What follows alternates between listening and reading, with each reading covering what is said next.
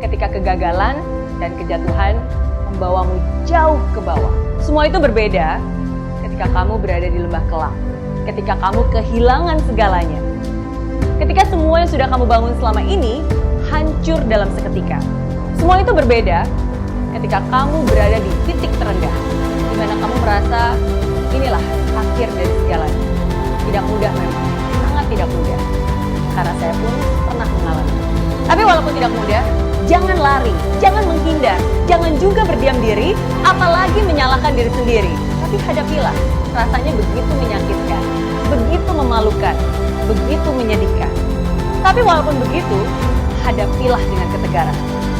Walaupun kamu harus jalani sendiri, hadapilah dengan segenap hati. Walaupun begitu banyak ketakutan yang menghantui perasaan, hadapilah dengan keyakinan. Walaupun kadang kesedihan seringkali datang bercampur dengan penyesalan, tapi hadapilah dengan ketegaran.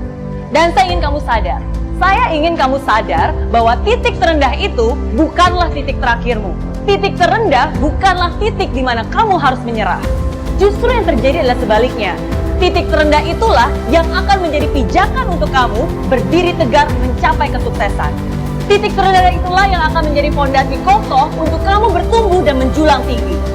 Hanya ada satu orang yang bisa membalikan keadaan, dan orang itu adalah kamu. Hanya ada satu orang yang bisa mengubah kesedihan ini menjadi sebuah kemenangan, dan orang itu adalah kamu. Hanya ada satu orang yang bisa membuat cerita hidup ini berakhir dengan indah, dan orang itu adalah kamu.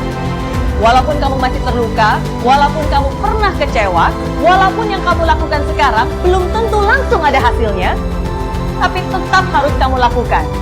Kenapa? Karena hanya kamu yang bisa melakukannya. Bukan orang lain, bukan orang tuamu, bukan saudaramu, bukan bosmu. Hanya kamulah yang bisa membuat semua ini berubah.